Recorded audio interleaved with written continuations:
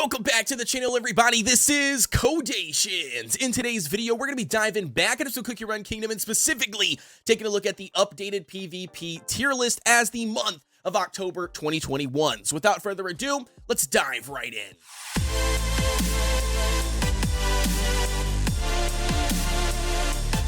Diving right in, ladies and gentlemen, so as always, when it comes to tier list videos, just know that they are purely subjective. At the end of the day, you might not agree with everything and where I place it on this tier list, and if that is the case, then I invite you guys to drop a comment down below. Let me know why you feel the way you do, or what you would shift around and everything, just so we get a better understanding. With that being said, let's take a look at the overall tiers. We've got SS all the way down to D tier, but there is one special tier here, and that's going to be the support tier. Now, some of you guys might be new to Cookie Run Kingdom, or you might be brand new to my channel, and you might be wondering what the support tier is for. I utilize this tier for cookies that are really good in a specific team composition, but at the end of the day, outside of that team comp, they're not going to be worth investing in my opinion, because they offer little to no value besides in a specific team, all right? So with that being said, starting us off here on SS tier, that's going to obviously feature the Ancients and the Legendary, right? It's also going to feature the additional Sorbet Shark and going to be the Strawberry Crepe. Obviously, we're going to have those two Ancients here because they are very vital to the overall game, and they're the best in their class. I mean, we've got Holly Berry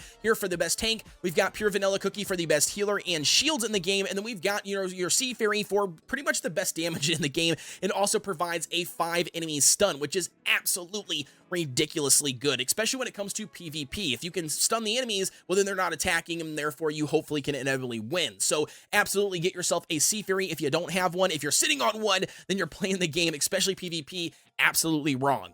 Now, moving right along to Sorbet Shark here. Sorbet Shark is going to be an interesting one because he's a full-on damage dealer, but he specifically focuses in on the frontline enemy. So whatever that tank is, whatever that charge cookie is, that's going to be where Sorbet Shark comes into play, and he's very good, and that's why most people, at least on the top 100, are utilizing him on their overall team composition. And not only that, outside of even the arena, he does fit pretty much any team composition as an additional damage dealer. So 100% Sorbet Shark. And then last but not least, we do have Strawberry Crepe featured. Strawberry Crepe, once again, is going to be the best tank to utilize if you do not have Holly Berry. And not only that, we've got a tri-tank meta right now that's currently going on, utilizing both of them. So you can obviously do that as well. But if you don't have a Holly Berry, Strawberry Crepe is the next best option. Don't sleep on them either because they're very good. Now, officially moving into the S tier units we've got, and starting us off here, obviously, is going to be that Black Raisin, right? Black Raisin, insane when it comes to AoE damage. She does insane value to your team composition. Not only that, she pairs really well with some of those scam comps, which are very popular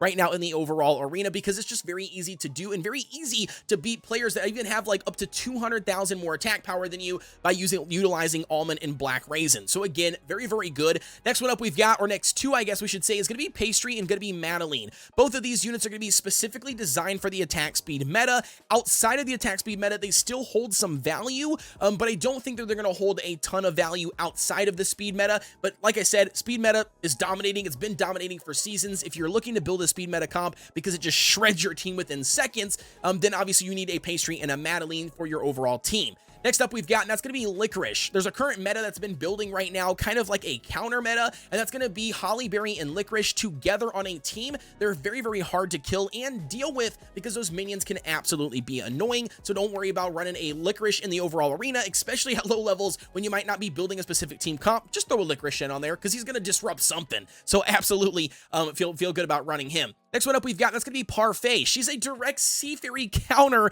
with her debuff resistance buff of 40% that she applies to your entire team, which again is absolutely huge, basically reducing the amount of time your cookies are stunned for. Basically, if they can happen to get back up right away, they can stun the enemies, and then you pop off all of your damage, and then hopefully you get the edge in the battle utilizing Parfait's skill. Next one up we've got, that's going to be the Raspberry Cookie. Raspberry Cookie, very good single target. She takes out the enemy's highest attacker on their team, aka Sea Fairy or Sorbet, potentially Black Raisins as well, depending on what comp you're going up against. But at the end of the day, she can just snipe out their best damage dealer, and guess what? GG for the enemy team. So like I said, very good. Last but not least here, we're going to put the brand new Twizzly Gummy Cookie here on S tier as well. Now I'm going to tell you and explain the reason why I put Gummy here, and that's going to be because two things. One, the first thing is going to be, I think it takes a ton of strategy and like mid-maxing your account, substats, toppings, all of that stuff, and not just on her, but your entire team to make her OP and insane. However, with that being said, that leads us to number 2, and that's going to be, I think, over this season, we're going to see her climb her way up to the top 100 as people and more players start to realize how they need to specifically build her, and that's going to be the reason why I'm going to get a jump start on the tier list, place her here on the S tier unit, because I think she's going to climb up to the top 100, hands down. So absolutely deserves to be here. She just does a mega ton of damage, and that crit buff is insane, especially when it comes to an epic cookie. Moving right along now, we've got the weird one, and that's going to be these support tier units, and that's only going to house 4 individual cookies. These cookies here, you might have already guessed it from the description, but that's going to be almond, tiger lily, and that's going to be lilac and mint choco. Now, the reason being behind this is going to be because they synergize really well and probably pretty much staples in some of the main meta comps in the game, but outside of those meta comps, they're purely trash, and I wouldn't advise anybody building them, especially as a new player. One of the things being almond. Almond does really well with somebody like Black Raisin or like these scam comps. Same thing with Tiger Lily. Again, a stun scam comp. Outside of that, not very vital in my opinion. Same thing goes for Lilac. Lilac and Mint are going to be there for that speed meta comp. If you're not building a speed meta comp, then again, I just don't think it's going to be worth your time investing in the experience and resources into these cookies on the support line if you're not building those individual comps. Now, moving right along to the A tier unit, we're going to put 4 of them up here first to start us off. That's going to be Mango, Latte, Moon Rabbit, and then Herb. Herb obviously is going to be the 3rd best healer in the game overall. I would say it goes Herb, Parfait, then Pure Vanilla. So obviously building them in that order as you get them, I'm going to be ideal. Otherwise, if you don't have a healer in the game outside of Pure Vanilla or Parfait, then Herb's going to be your next bet. Same thing goes for Moon Rabbit here. Moon Rabbit, I think last month we actually had him, I believe, in was it S tier? I think we had him in S tier. We dropped him down here to A tier, and that's going to be because he just purely wasn't as good, or at least the value wasn't as good as utilizing somebody like Strawberry Crepe or even like a Hollyberry when Hollyberry dropped in the game. I think it pretty much just killed the Moon Rabbits in my opinion.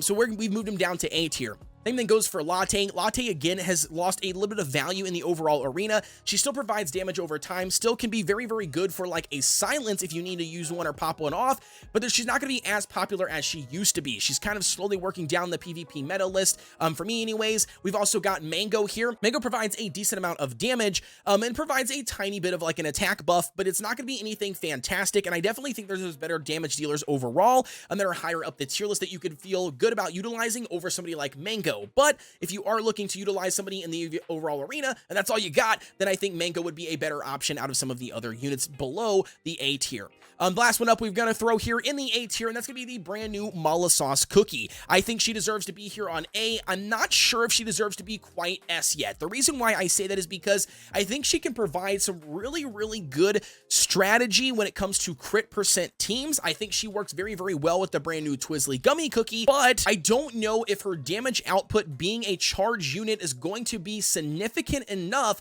to swap out damage dealers on your team for her specifically. So I think it's kind of the reason why I've placed her here into A. Like I said, she does a burn over time, which is very nice. She's got that crit buff, which is very nice, of 25%.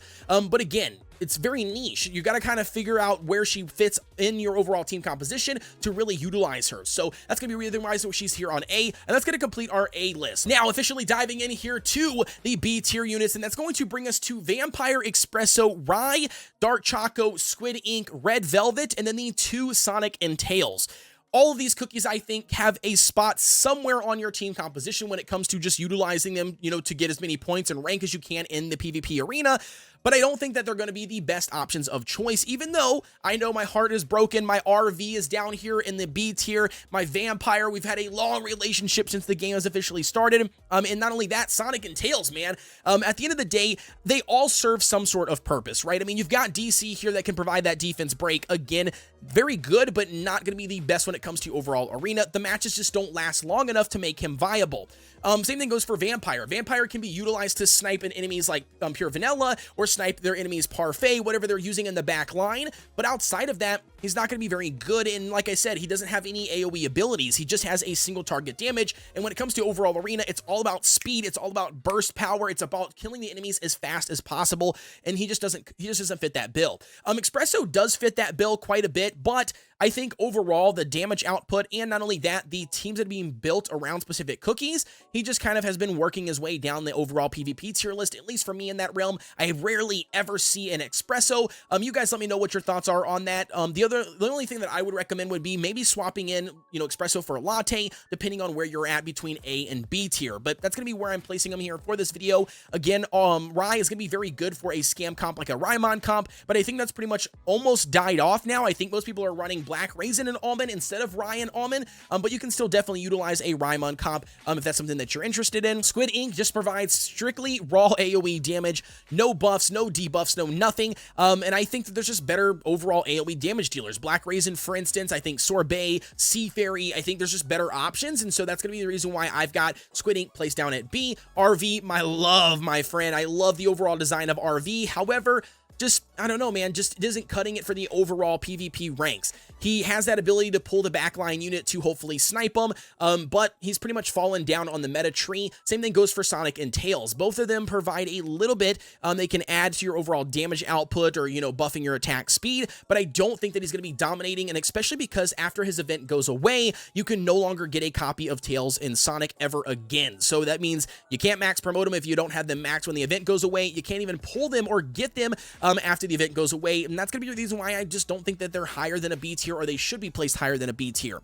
Next up, that's going to be C. We've got 3 cookies here on C. That's going to be pomegranate, milk, and that's going to be sparkling. All 3 of these are going to be like your last resort. I have nothing else to use Kodeations cookies. That if you happen to use them, your early game, probably more than likely, then obviously build them, use them as much as you need to until you can get some of the higher level cookies in the game. And then last but not least, when it comes to the overall D tier, none of these cookies, in my opinion, are going to be worth your overall investment. None of them for PvP alone. Obviously, some of these can definitely help you out in PvE content, but when it comes to PvP, not going to be worth the investment. They just provide little to no help whatsoever to your overall team compositions, whether it's going to be damage, whether it's going to be the buffs that they provide or the stats that they have.